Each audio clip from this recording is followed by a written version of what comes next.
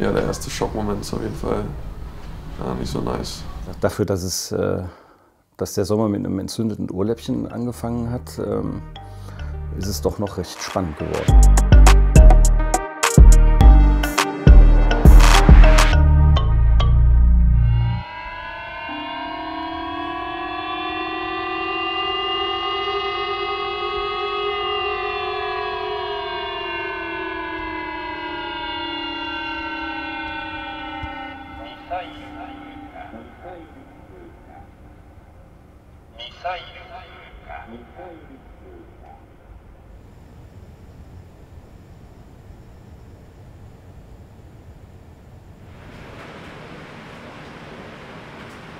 Wieder ballistische Raketen.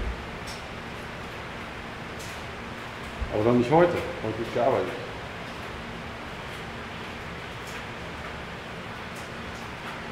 Davon lasse ich mich natürlich nicht abhalten. Ja, super.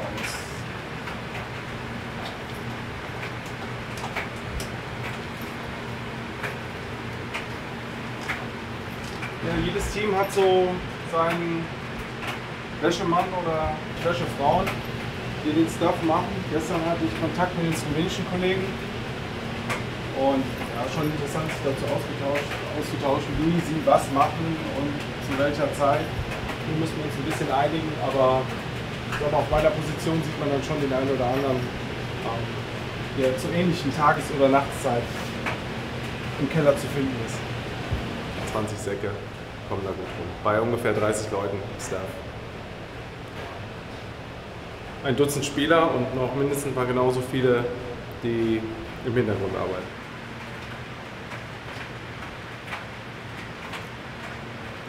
Wechsel, auf geht's.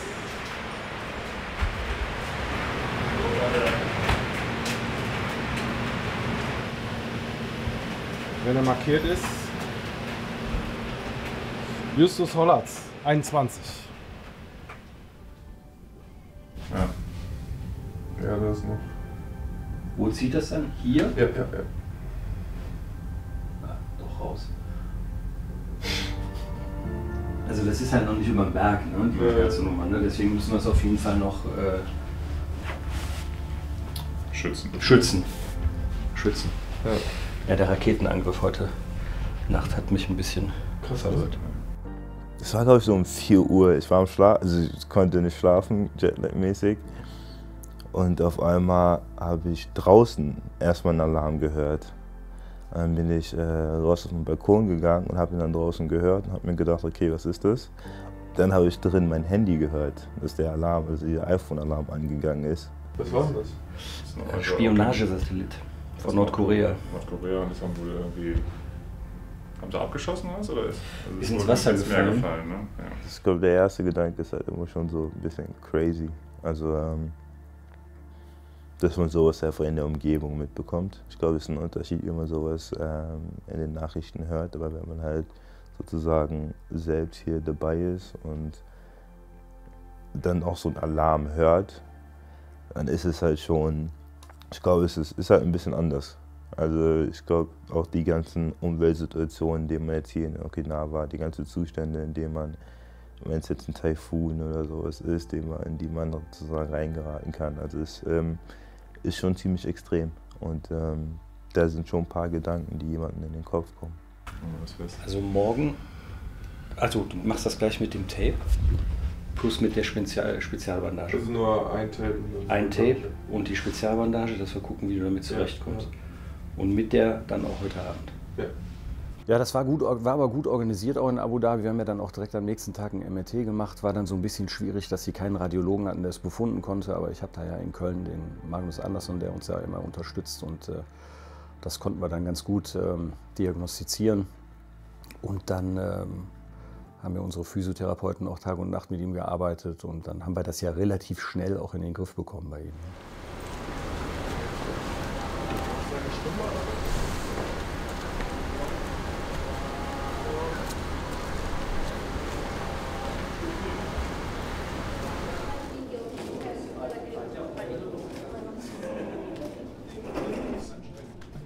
Also man kommt in eine andere Kultur, in ein anderes Land und man merkt, die Leute kehren. Also die Leute mögen einen unterstützen, haben da Lust drauf, haben da Bock drauf.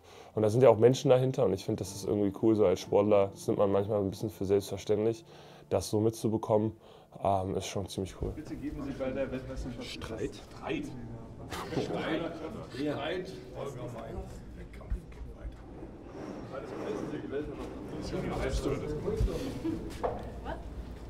Sicher? Ja, sonst. Das ist ja ein Blick, Alter. Welche Kinder von dir? Kinder von einer Elementary School. Was bist du? Deswegen sei jetzt nicht so hart am Ja. Was Dennis oder Denise? Wer hat den überhaupt? Ne, da oben. Ich kann nicht kommen, aber Ich drüske.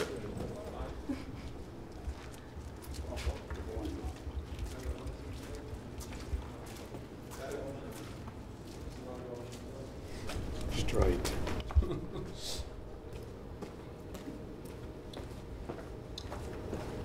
Because we played Japan.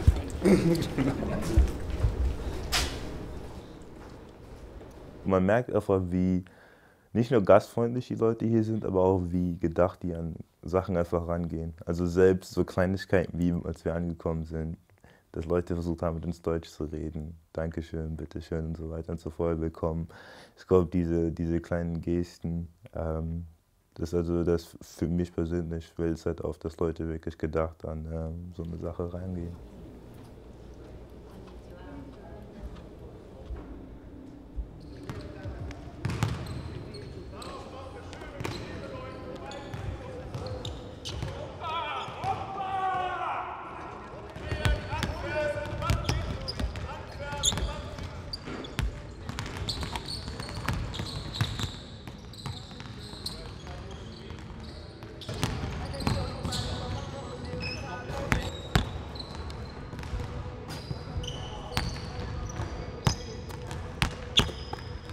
Die Aufregung steigt dann hat der eine so mal ein Ziehen da, also nie was, da war auch wirklich bis zum ersten Spiel war wirklich nichts, wo wir uns großartig Gedanken machen mussten. Das waren so eher Kleinigkeiten, die dann von Frank und Holger dann auch einfach in den Griff zu bekommen sind. Das sind dann so physiotherapeutische Dinge oder vielleicht, dass man im Training vielleicht jemanden so ein bisschen runterfährt, aber nichts, wo wir uns irgendwelche Gedanken machen mussten. Also im Gegensatz zum Sommer letztes Jahr sind wir da recht entspannt in die Vorrunde gegangen.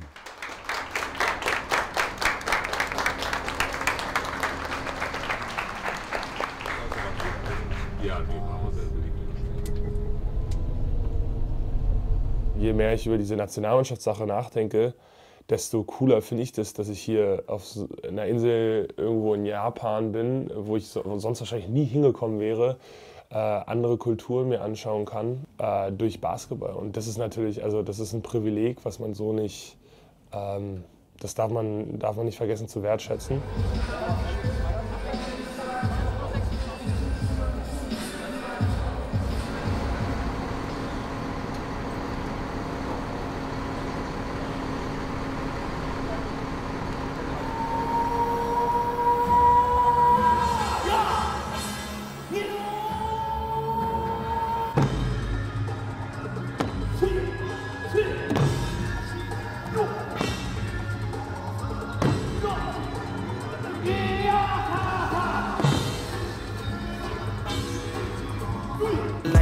My life like a movie, just keep moving, it's a trailer. Shopping in my kitchen, got me tryna get my cake up. I thank God for all this coming to me, not straight up. Ball in my core, high step, it's a layup.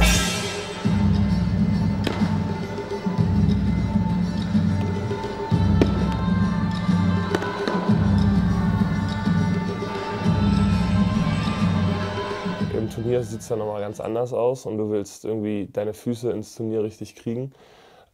Und deswegen war ich schon ein bisschen nervös, würde ich sagen. Nicht nervös, aber hatte Bock, dass das jetzt endlich losgeht. Und ich glaube, dann haben wir das ganz souverän gemacht. Gegen ein sehr, sehr schwieriges zu spielendes japanisches Team.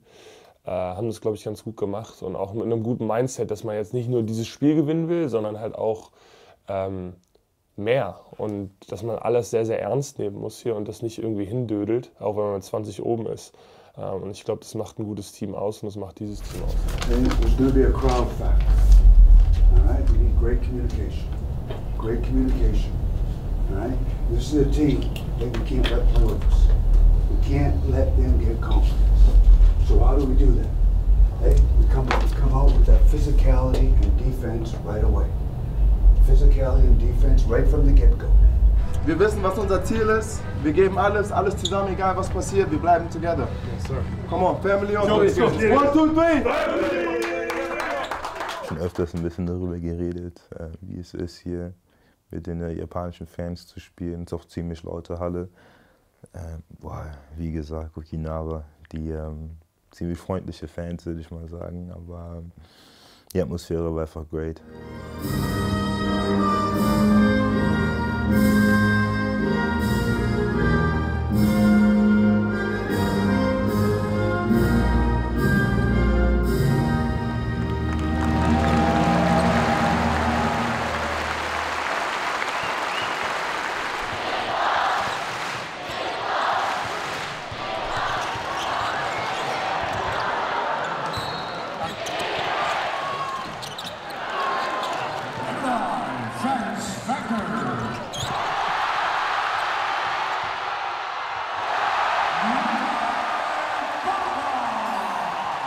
Ich weiß nicht, ob man das wirklich jetzt so kategorisieren kann, aber dass sie, glaube ich, einfach es genießen, dass diese ganzen Länder, dass alle jetzt hier sind und dass es jetzt diese sozusagen Weltmeisterschaft hier gibt. Und die genießen einfach jedes einzelne Team.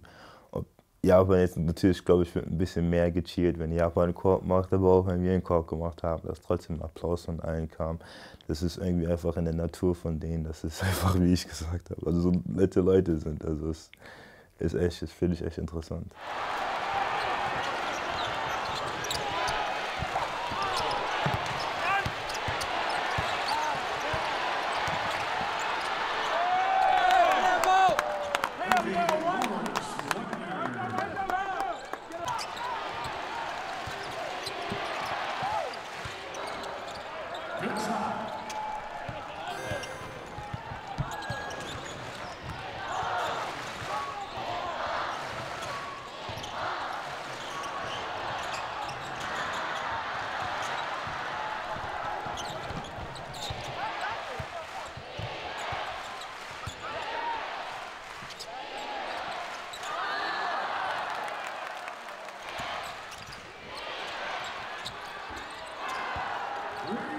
Ja, Franz ist ja dann umgeknickt und ich hatte die Situation leider nicht direkt gesehen, weil die großen Jungs vor mir standen.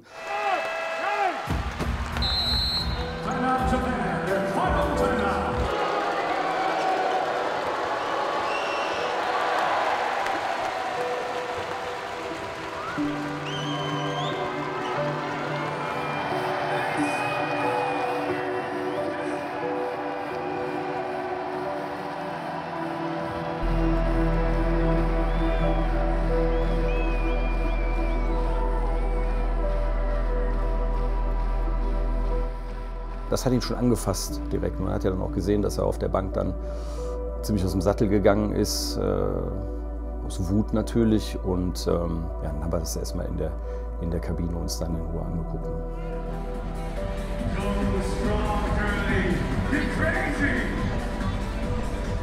Ich bin da in einer komischen Situation, ne? Weil ich bin ja sein Familienmitglied irgendwo, sein großer Bruder. Und also es ist schon eine tricky Situation und natürlich auch irgendwo ein Emotionsdämpfer, wenn du dann endlich mal gewonnen hast, das erste Spiel hinter dich gebracht hast und einer sitzt da halt mit einem dicken Fuß, das ist schon irgendwie doof. Und dann ist noch dein Bruder, das ist halt nochmal was ganz anderes. Wenn ich mich da reinsteigern würde, dann sähe das Interview, glaube ich, noch ganz anders aus.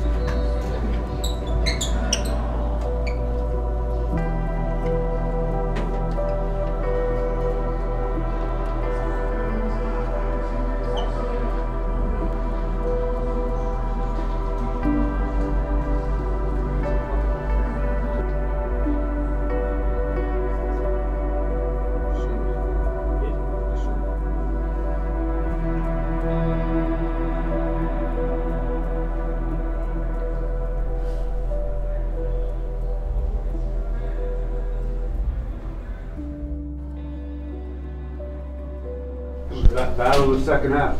Battle of the second half, give them credit. They came right at us second half. It took us a little bit, but we got back into it. All right, here we go. Family on three, 1, 2, 3. Wir haben dann mit dem Medical Team hier vom Organisator ein MRT organisiert und sind dann hier in die Uniklinik gefahren mit Franz und mit Lindsay und Adam, unserem sportlichen Leiter, und haben dann da ein MRT vom Sprunggelenk gemacht, um zu schauen, was da los ist.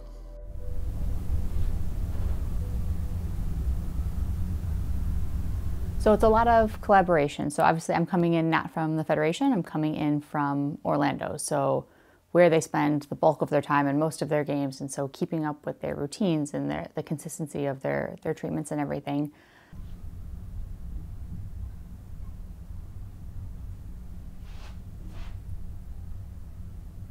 Die Behandlung haben wir direkt nach dem MRT auch weitergeführt. Also es war ja dann so bis in die Morgenstunden haben wir dann Franz behandelt, und der wird auch jeden Tag von morgens bis abends behandelt mit Physiotherapie, mit Medikamenten, also alles, was uns so zur Verfügung steht. Da haben wir auch alles da, was wir brauchen. But this is so much smaller than the game ready. It's actually kind of nice to have as an option to travel. Right.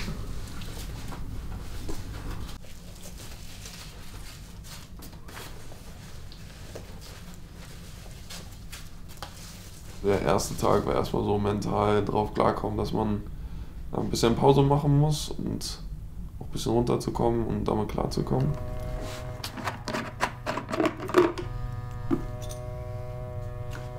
Would you like another pillow? We're working on some neck strength. That's perfect. Thank you. Ja, bei mir bin ich natürlich relativ frustriert in dem Moment gewesen, und ja, gerade weil ich natürlich weiß, es gibt nicht so viele Spieler bei einer WM, und da tut es weh, wenn man nicht dabei sein kann, aber zum Glück haben die Jungs einen super Job bis jetzt gemacht. From the Orlando side, it's making sure they're two big pieces of Orlando's puzzle, and so it's making sure that they are staying on top of their programs and what they're supposed to be doing, and keeping all of those goals in mind, and getting extra reps and extra match play. It's making them better. Das ist natürlich immer ziemlich schwer, wenn sowas passiert. Natürlich auch für Franz, mit Abstand einer unserer besten Spieler.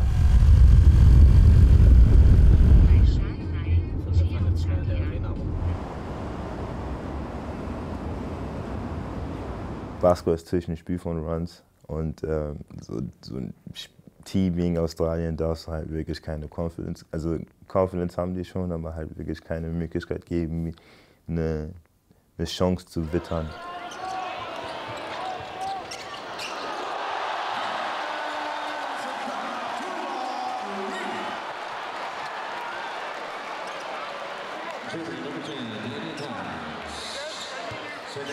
Und dann geht es darum, so mental dabei zu bleiben und zu wissen, was jetzt wichtig ist und wer den Ball hat und wie wir das jetzt spielen. Und ich glaube, das haben wir eigentlich ganz gut hinbekommen und sind dann aus dem vierten Viertel rausgekommen, so wie wir es machen müssen, um eine Chance haben, das Spiel zu gewinnen. Und das macht halt ein gutes Team aus, dass du so raffst, okay, jetzt gerade läuft es nicht. Wie passt man sich da an und was macht man jetzt?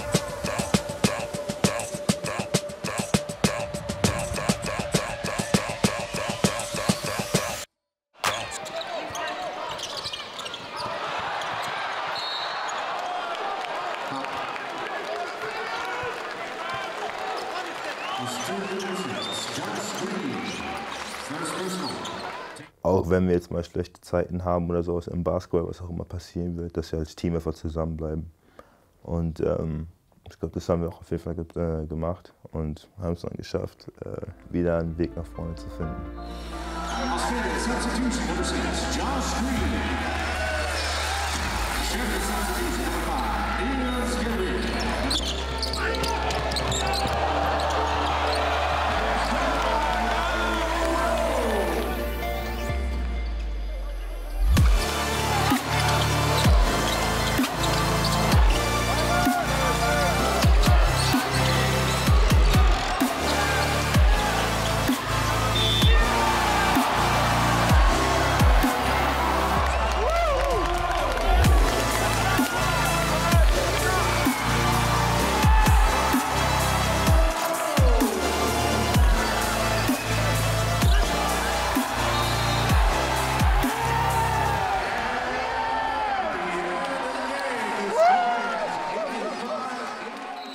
von außen, glaube ich, war es einfach ein cooles Basketballspiel, sich so anzugucken für die Fans, würde ich erstmal so sagen. Und war halt ein Spiel, was am Ende durch so kleine Details halt entschieden wurde. Die Einzigen, die uns besiegen können, sind wir selber. Wir müssen uns das dritte Viertel angucken, das ist das Einzige, wo wir verlieren können. Sonst kann uns keiner schlagen, ich sag euch dieses. Family on three, 1, 2, 3. Maodo war Maodo. Also ich glaube, das zeichnet uns auch ein bisschen so als Team aus, dass wir ziemlich viele Leute haben, die heiß laufen können. Und ich glaube, wir alle kennen Maodi, wissen alle, was seine Qualitäten sind. Und Step Back is deadly. Und da hat Maodo uns auf jeden Fall, so würde ich mal sagen, sehr, sehr, sehr viel Confidence und sehr, sehr viel Offensivpower gegeben. Also Maodos Game generell ist einfach nur tough.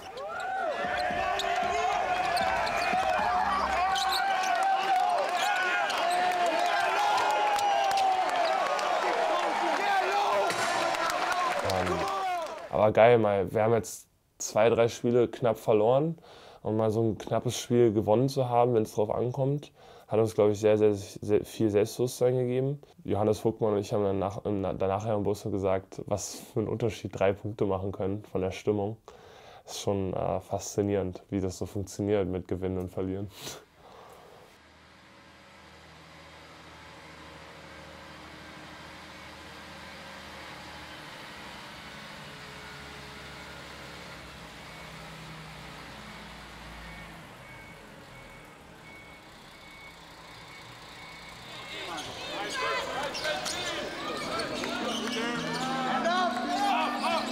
Wie ich aufgewachsen bin, habe ich viel deutsche Nationalmannschaft geschaut.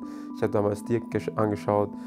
Das waren Zeiten, wo ich dann vor dem Fernsehen die WM und EM und Olympia angeschaut habe. Und dass ich da jetzt einmal ein Teil der Mannschaft bin, bedeutet mir schon sehr viel.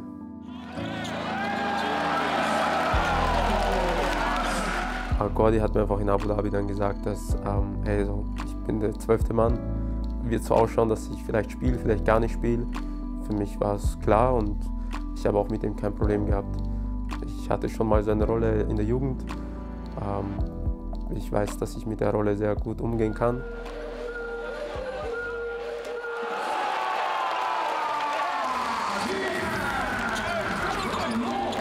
Ich versuche jetzt einfach mein Bestes zu machen, der beste, sagen wir so, der beste Mitspieler zu sein auf der Bank, immer anfeuern.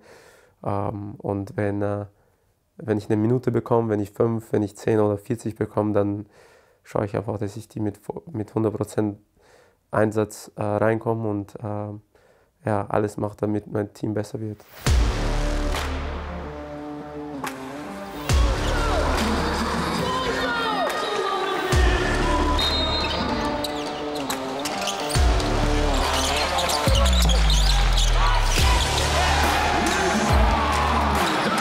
Fühlt sich halt natürlich gut an, wenn du siehst, der Ball fliegt rein, dann ist es halt mal ein bisschen so, sozusagen wie so erleichtert, aber wenn ich reinkomme, dann denke ich nicht nach, okay, was ich machen soll oder ob ich einen Wurf nehmen soll. Also da spiele ich einfach mein Spiel und ja, der Rest kommt.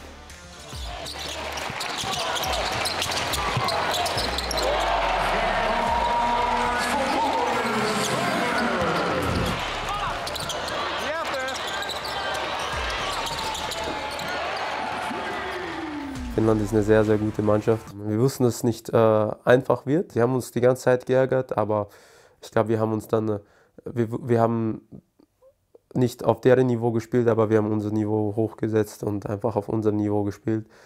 Und ja, dann zum Schluss den Sieg geholt.